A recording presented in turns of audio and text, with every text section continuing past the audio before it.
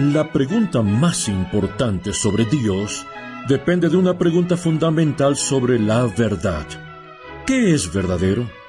Usted puede crear un argumento para casi cualquier cosa que desea en este mundo. Usted incluso puede crear un argumento para decir que en verdad existen los círculos cuadrados. Bienvenido, bienvenida a Pensemos con el Dr. Ravi Zacharias, autor y apologista cristiano. Cuando usted toma una Biblia y lee sobre las luchas de aquellos que vivieron hace miles de años, ¿no le sorprende que sus luchas eran las mismas que las suyas? Las Escrituras nos recuerdan que no existe nada nuevo bajo el sol, y eso es verdad. El Dr. Zacharias se expandirá sobre este argumento durante esta semana y la próxima, en el mensaje titulado En el curso de los eventos humanos. Lo primero que deseo establecer es esto, que lo más valioso en el mundo es la verdad. Es lo más valioso en el mundo. Winston Churchill hizo el comentario que lo más valioso en el mundo es la verdad. Él dijo que, de hecho, es tan valiosa que a menudo está protegida por un guardaespaldas de mentiras. Y Churchill estaba diciendo eso a la luz de un contexto de inteligencia y contrainteligencia, que si el enemigo conoce nuestro plan y sabe cuál es la verdad, eso es mortal para nosotros. Por lo tanto, hay que ponerle un camuflaje con un guardaespaldas de mentiras para engañar al enemigo. Nathan Sharansky, quien fue una vez ministro de Justicia en Israel y fue víctima del Gulag, esto es el campo de trabajo forzados en la Unión Soviética, y fue puesto en reclusión solitaria. Cuando regresó a la Unión Soviética junto con su esposa, preguntó si podía volver a visitar la prisión donde habitó y estuvo en reclusión solitaria por muchos años. Él dejó a su esposa afuera porque dijo, «Deseo ir solo, porque fue aquí donde realmente me encontré a mí mismo». Entró completamente solo, sin voces externas, y cuando salió, preguntó si podría ir a poner una corona de flores en la tumba de Andrei Sakharov, el hombre que dio a los soviéticos la bomba atómica, porque él quería decir algo importante. Él fue a la tumba, y después de poner la corona, Sharansky dijo, «Señor Sakharov, a menudo he pensado que el arma más poderosa es la bomba atómica, pero he cambiado de opinión». Y él dijo, «El arma más poderosa del mundo no es la bomba atómica. El arma más poderosa del mundo es la verdad». Eso es real, si me permite decirle, si la vida no es meramente temporal, sino también eterna. ¿De qué sirve decir la verdad durante 70 años para perder su vida en el proceso si no hay nada más allá de la tumba? Usted solo cree que la verdad es lo más poderoso y lo más valioso si en esto que llamamos tiempo el fin se pone a un lado y existe una escena eterna que trae todo el juicio, que trae toda la justicia, consuma el amor y trae el triunfo de la verdad. Así que la verdad es lo más poderoso y lo más valioso en el mundo. Entonces, la eternidad debe ser invocada de modo que se pueda justificar esa misma declaración. Me gustaría leerle 2 comentarios y luego avanzaré a mi segunda etapa, porque la verdad a menudo viene en 2 matices. Viene en el matiz de una sentida atracción que a menudo puede ser una seducción.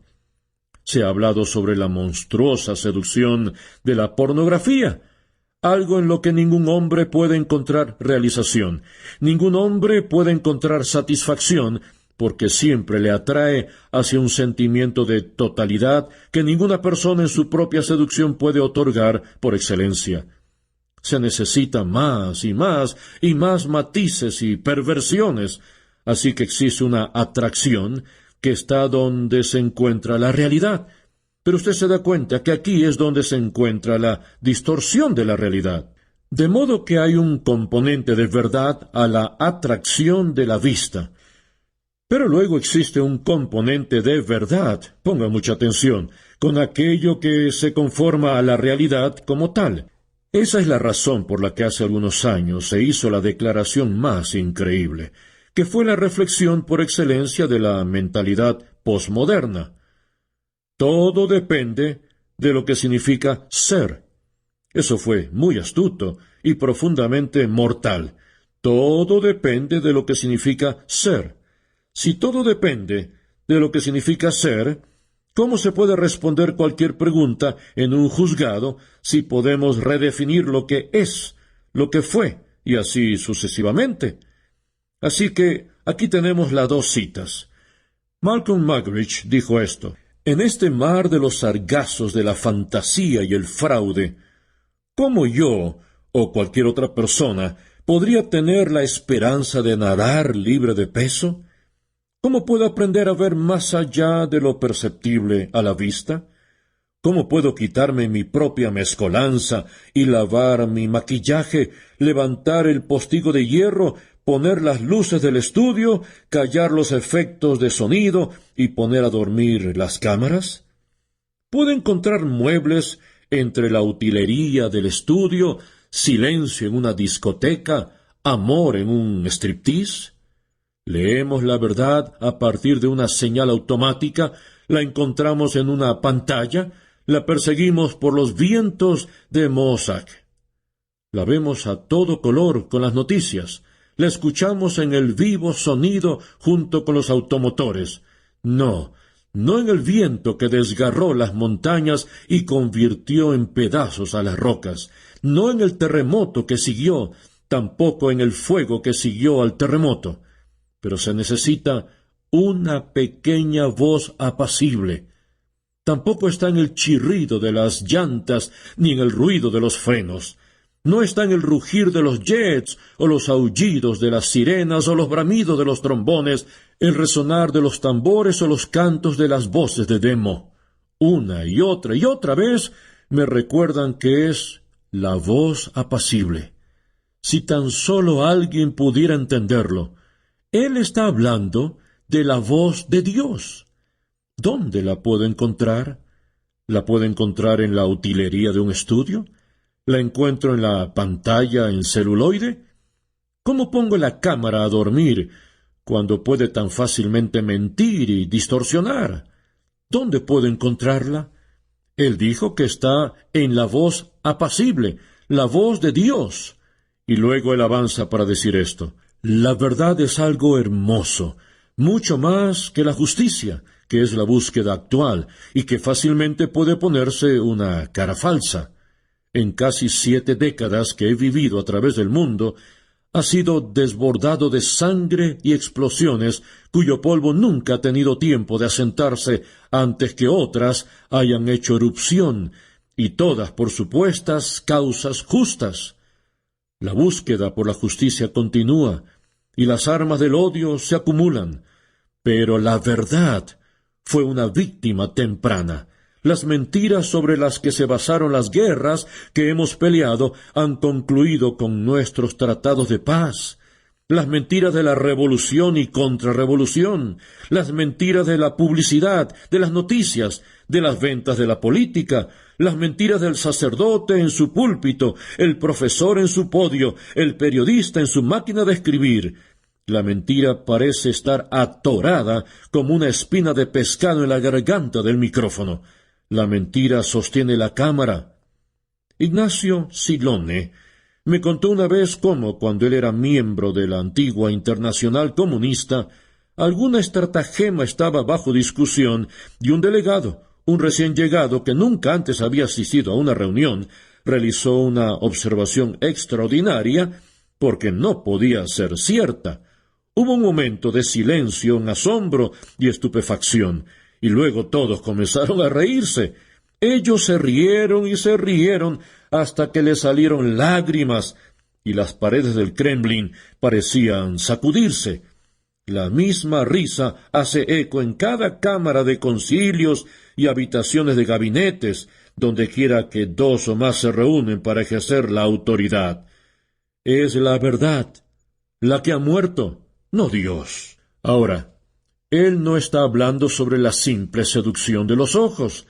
Él está hablando sobre lo que se conforma a la realidad como tal y dice: la mentira parece ser una espina de pescado atorada en la garganta del micrófono. Así que lo que deseo decirles es que la pregunta más importante sobre Dios depende de una pregunta fundamental sobre la verdad. ¿Qué es verdadero? Usted puede crear un argumento para casi cualquier cosa que desee en este mundo. Incluso puede crear un argumento para decir que en verdad existen los círculos cuadrados. Recuerdo un joven en la Universidad de Florida, en Gainesville, que dijo: «Deseo que me responda una pregunta. ¿Cómo sé que en realidad existo?» Yo le dije: «Solo tengo una pregunta para usted. Me gustaría citar al profesor Nathan de la Universidad de Nueva York, a quien un estudiante le preguntó: «¿Cómo sé que existo?» Y el profesor Nathan bajó sus anteojos y le dijo: «¿De parte de quién viene la pregunta?» ¿Puede uno realmente negar su existencia sin afirmarla al mismo tiempo? Así que la pregunta de Dios a menudo puede ser abultada en una discusión, pero hay algunas realidades ineludibles de las que la persona que huye de Dios no puede correr lo suficientemente lejos. Ahora, en mi libro ¿Puede el hombre vivir sin Dios?, que fue la defensa de la existencia de Dios y de la fe cristiana presentada en la Escuela de Leyes de Harvard hace muchos años. Recuerdo que, cuando escribí ese libro en 1993, las editoriales me buscaron y me rogaron que le bajara un poco el tono. Dijeron que no duraría más de 2 o 3 meses en los escaparates con un libro como este. Eso fue en 1993, y todavía sigue imprimiéndose más de 15 años después, y evidentemente corrí el riesgo con ese libro porque ha sido el mejor de todos los que escribí después. Y en el libro presenté algunos argumentos en defensa de la existencia de Dios que pueden hacerse más y más fuertes. Simplemente me gustaría darle 3 supuestos sencillos. Me gustaría decirle que son míos, pero no lo son. Son prestados y modificados un poquito. Pero el profesor Dallas Willard, quien enseña filosofía, fue brillante en este argumento y ha escrito extensamente sobre esto. El profesor Dallas Willard nos da lo que él llama un argumento de 3 escenarios que nos señalan la existencia de Dios. Hace siglos hubiésemos hablado de cosas llamadas pruebas de la existencia de Dios. Teníamos un argumento cosmológico que se movía de la causa al efecto. Y si el universo es un efecto, la única causa que podría explicarlo sería un ser infinito y todopoderoso. Tomás de Aquino dijo esto en su argumento cosmológico. Y luego había un argumento teleológico, del griego telos, que significa propósito o diseño.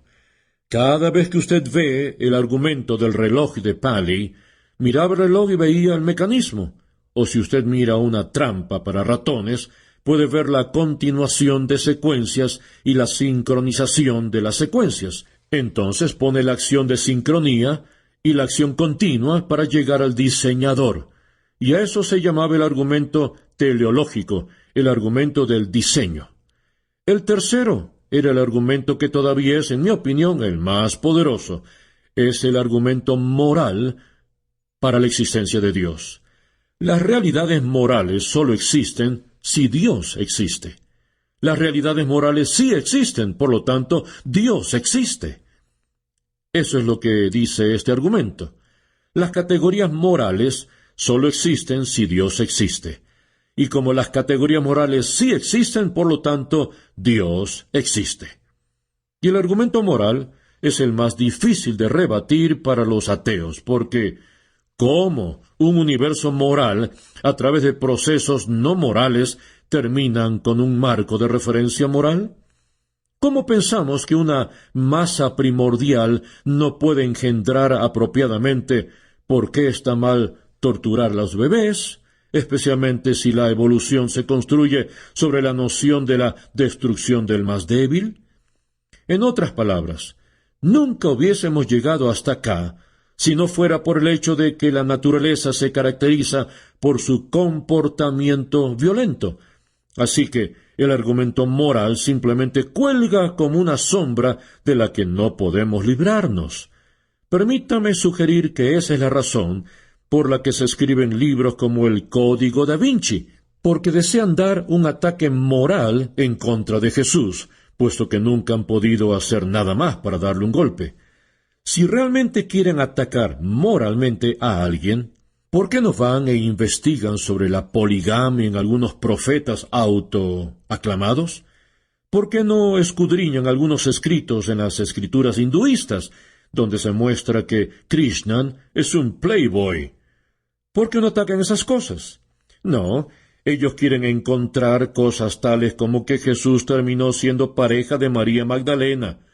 Todos los libros escritos sobre María Magdalena la describen como alguien que debía haber sido superhumana para haber terminado en todos los lugares que tienen esos libros.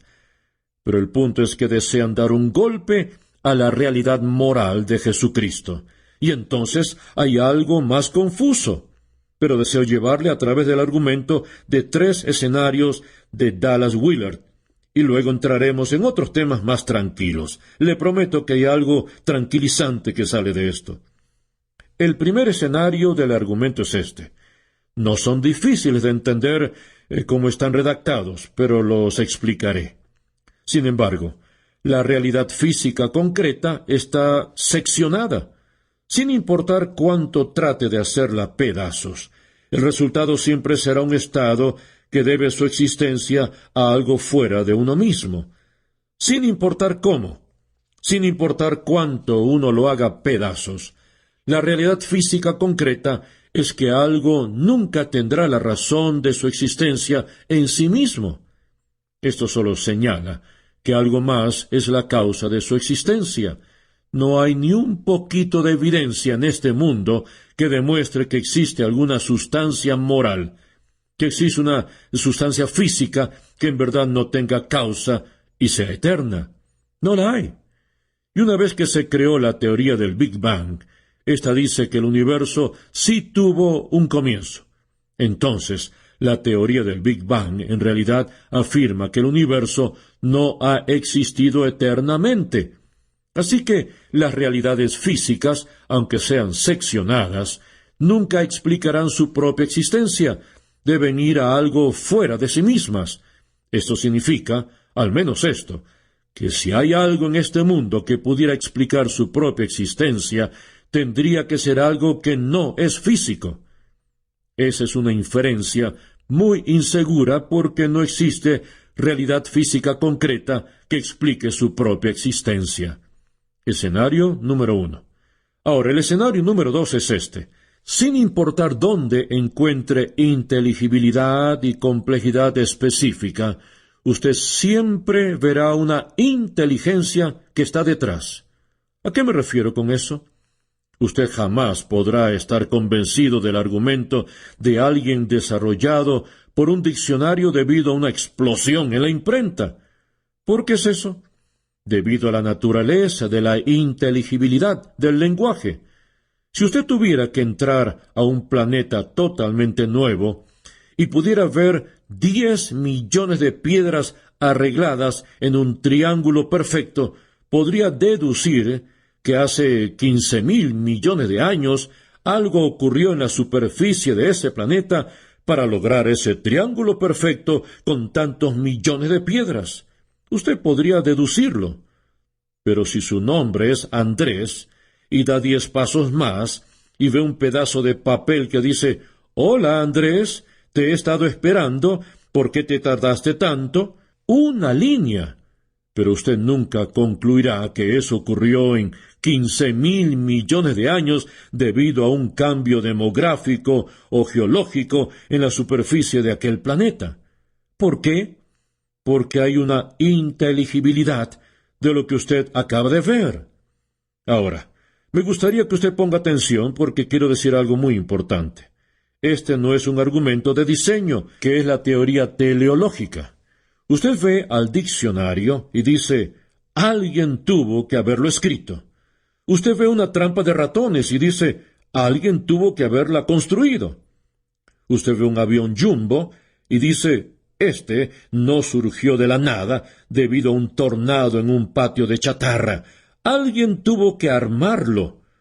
Uno no simplemente supone las cosas porque hay un factor componente. un factor secuencial y un factor de tiempo, y todos están entrelazados.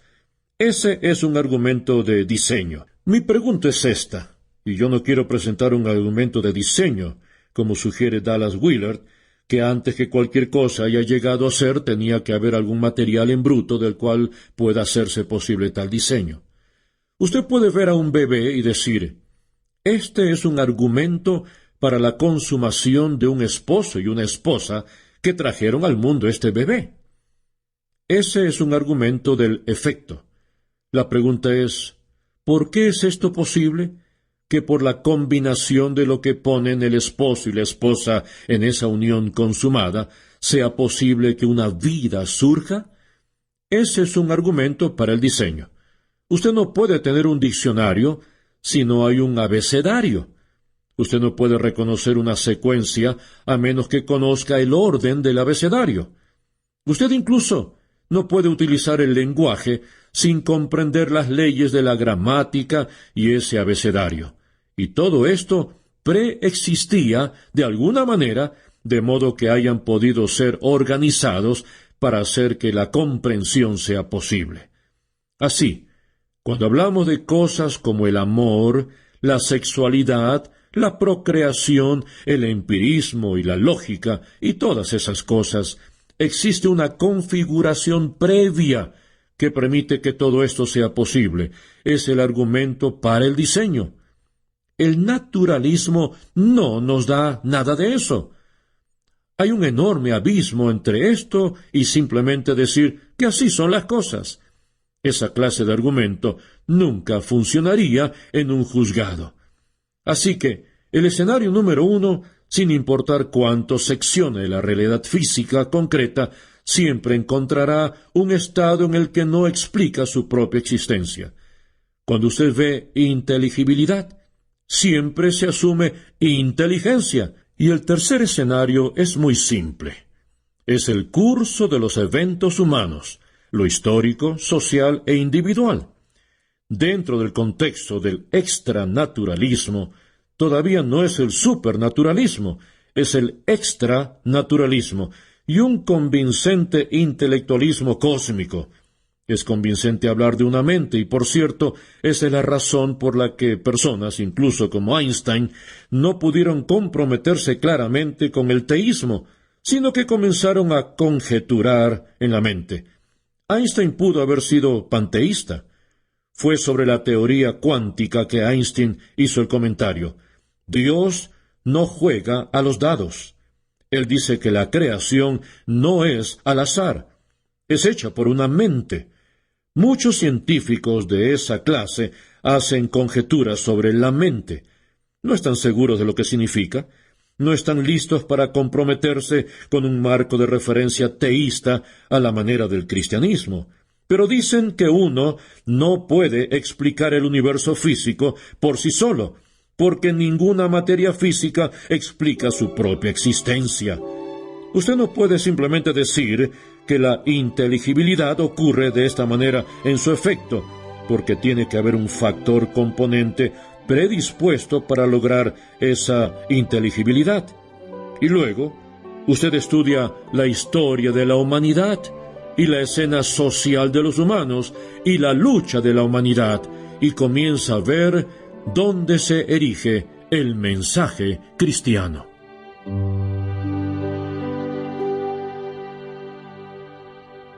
Pensemos con el Dr. Ravi Zacharias es un ministerio radial sustentado por nuestros oyentes, que tiene el propósito de ayudar al creyente a pensar y al pensador a creer.